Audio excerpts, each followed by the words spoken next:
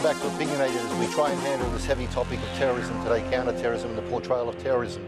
Our in-studio guest for this segment is Alex Whisson, a Perth-based, well-known independent journalist, also with RTR FM, and a social justice advocate, stalwart of many years. Our crossover guest will be researcher and lawyer Katy Battie, prize-winning law graduate with 8 years' experience in the unions. To start, and firstly, we'll be going to a clip of Noam Chomsky, featuring Noam Chomsky, which will frame the discussion that we'll be coming back with, and his definition of terrorism.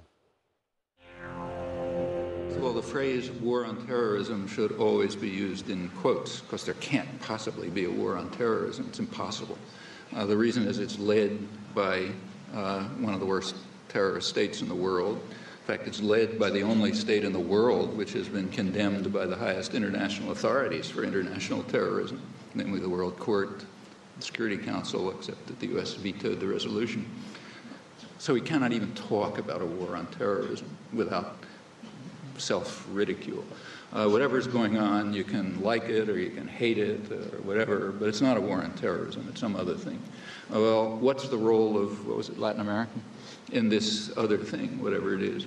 Latin America has been the target of most U.S. terrorism for obvious reasons. It's close by. And it's kind of interesting to read the Latin American press and to see their reaction to the September 11th atrocities. Everyone condemned them, at least everyone I read, said, you know, terrible atrocities, you know, real, got to catch the criminals and so on. But invariably, there was a little footnote, like in Panama, the press said, yeah, these were horrible atrocities, but they're not unfamiliar to us. And they referred to the bombing of the Barrio Chorrillo by George Bush Sr., which killed, according to them, about 3,000 people in this poor neighborhood in one bombing. This was during what was called Operation Just Cause in 1989, an invasion of Panama to kidnap a kind of minor thug who had stepped out of line and was brought back to the United States, where he was sentenced and is now in jail for crimes, most of which he committed while he was on the CIA payroll. Now, that was Operation Just Cause. The Panamanians remember it a little bit differently, including, for example, this one terrorist atrocity, which, according to them, killed several thousand people. In Nicaragua, the Jesuit University has a major research journal, NVIO, one of the major research journals in the region.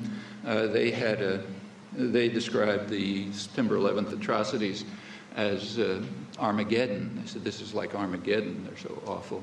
But then they added, of course, we have suffered our own Armageddon, namely the killing of tens of thousands of people, the devastation of the country. It may never recover. It's now the second poorest in the hemisphere. Those were the crimes of international terrorism for which the U.S. was condemned by the World Court, so they remember that. And so it goes throughout the region.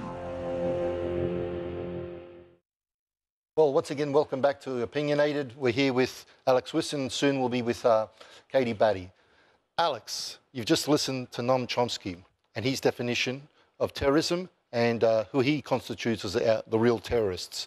What's your view? Well, I mean, I think Professor Chomsky's statements are tremendously important in terms of establishing the wider historical context of terrorism. The fact is the United States, for instance, has not ratified the Rome Treaty, which gave rise to the International Criminal Court. Its Congress passed something called the Escape the Hague Act. Now, it's important to ask why that might be, and my argument would be is because they don't want to see their political leaders, their military leaders, responsible for crimes against humanity brought to justice in The Hague. Are there crimes against humanity? You just said there's I don't think that's too strong a way of putting it. The United States has been constantly at war since the end of the Second World War. It's launched invasions, occupations. If it wasn't the United States, would it have been someone else? I think it's in the nature of imperialism to really rape the earth for colonies, for markets, for raw materials. The United States is the latest phase of that. As I say, it's launched wars, occupations, coup d'etats. It's been responsible for bloodshed and mayhem throughout the Middle East, Africa, Asia and other parts of the world. And I'd like to come back to your earlier guest comments. I very much agree with Dr. Anne Alley's comments regarding the combination lock analogy. But I think there's a danger of having too microscopic a focus on the individual psychological factors that give rise to terrorism. There is a broader historical context here. If we look at the rise of the Islamic State specifically, clearly it stems to the invasion of Iraq. The sanctions regime in the 1990s that led to some 500,000 deaths, the subsequent war that, according to the medical journal Lancet, led to an estimated 1 million deaths. Iraqi society has been completely destroyed. I would argue that it's really a genocidal campaign. So in terms of terrorism, that's the context for terrorism. terms of terrorism, is racism then used as a tool for exploitation? I think we only have to look at our own government's statements, even in the last couple of days, where there's been this very brazen, open declaration that we are only going to look at Syrian Christians as refugees, despite the fact that many Muslims, ironically enough, are victims of Islamic State. There is a racist agenda that is fueled to dehumanise our enemies, our so-called enemies, to dehumanise Iraqi civilians, Syrian civilians. We are going to be bombing these people, let's not forget. So it is hypocritical for the Australian government to be claiming that Australia is a sanctuary for these people while bombing them. Yeah. There is a longer history as well of colonialism and occupation of lands like Palestine as well. On the note of colonialism, oppressed dichotomies, you're talking about underlying factors. If the core issue is that these wars have been crafted, what's the underlying reason? Is it the accumulation of resources? Is it...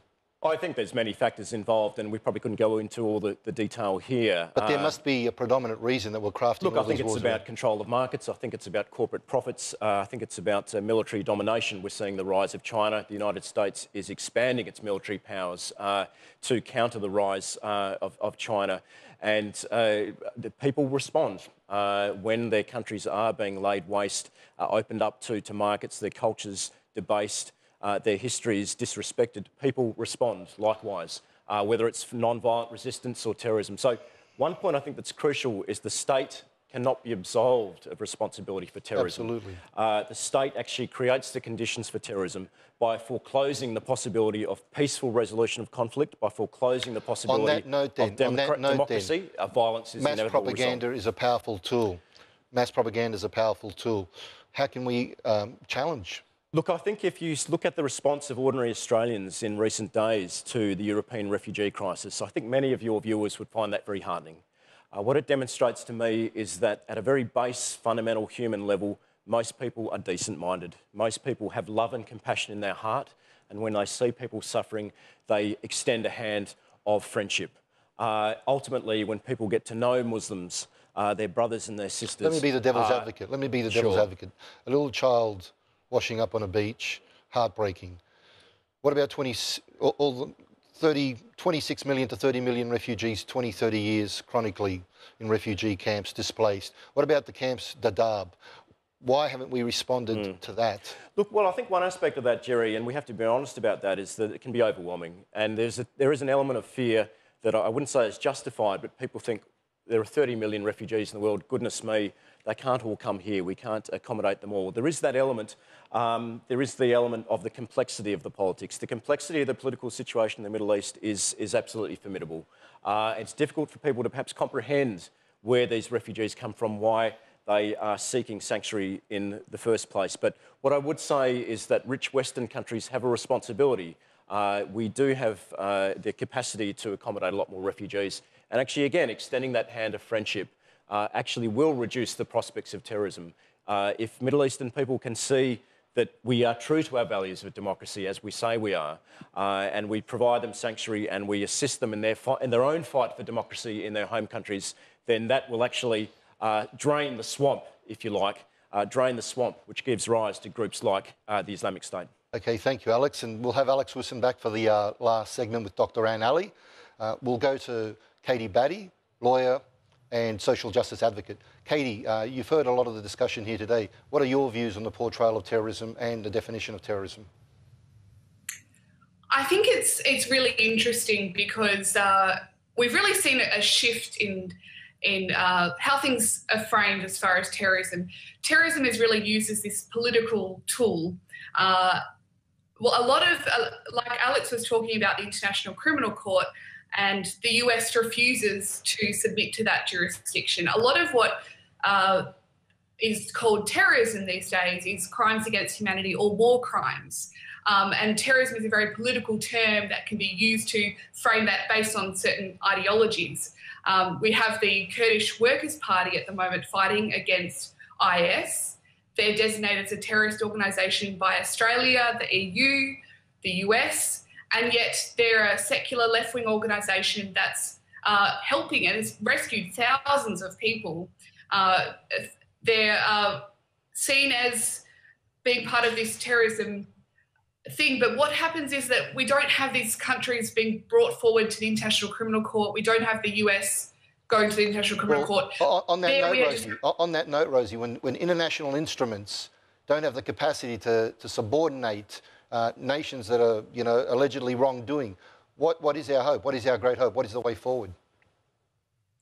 Well, when people criticise international law, you have to remember that international law is constructed by states consensually, and states are very concerned to preserve their own sovereignty and their own rights, and that's why it's limited.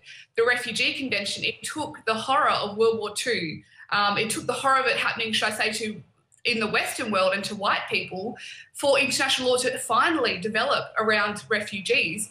Even then, it was very limited to civil and political rights, which is what the Western states were pushing forward. So I think it's difficult to, when we criticise international law, we have to look at the states and say, why is it that the states don't want to hold others to account? Why is it that we have African nations going to International Criminal Court, but we're not going to see the US go in there or Australia go in there? Many people actually ask that question about African nations and non-Western nations that are finishing up in the criminal courts in The Hague. But, so what is the way forward to get these other nations forward? How do we actually change the terms of reference? I think what you see in Europe with their own European court, and perhaps this sense of wanting to keep an eye on each other and keep each other in line, even though there gets tensions in there, I think that's a good thing. To have this sense of community. I mean, the African Union, for example, they've got a broader definition of what a refugee is, because the refugee definition as it stands definitely excludes third world people fleeing civil war and conflict. It's very focused on the Western idea of civil and political rights. I think if Australia, if we perhaps regionally start to broaden our ideas and our concepts around that, perhaps then internationally we can work to that. We definitely have a culture that's internationally, we're looking about negotiation. And I think it's been good to see Australia start to step into the international arena, going to the talks in Geneva at the UNHCR, and start to talk about where do we stand internationally on this issue, because I've been to the UN Human Rights Council in Geneva, and Australia is embarrassing in the way that it refuses to acknowledge these international issues, and finally it's starting to do that. Well, Australia, will the next government, if this is a dying government, make any difference? I think that the Labor Party is often looking to the polls and seeing what works. I think it's on us, it's on the Australian people to say we do want to have things more humanely. It's unbelievable, Abbott said, with 14,000 Syrian refugees permanently resettled. No one can get permanently resettled right now. We've got temporary protection visas. They're going to be permanently resettled. We're going to bring them over on planes. Of course, we can stop people drowning at sea. The answer is not to stop the boats. The answer is to have a humane program, and that's possible. And also greater funding for the UNHCR, which has such limited funding annually, about $5 billion, to stop people having to risk their lives and all these kinds of things. Rosie, Katy, thank you for coming on the show, and we'll have to have you back again. It was good listening to you. Great. We'll be back after the short commercial break to listen to Alex Whisson once again, and Dr. Anne Ali wrap up the show with a summary of the ways forward.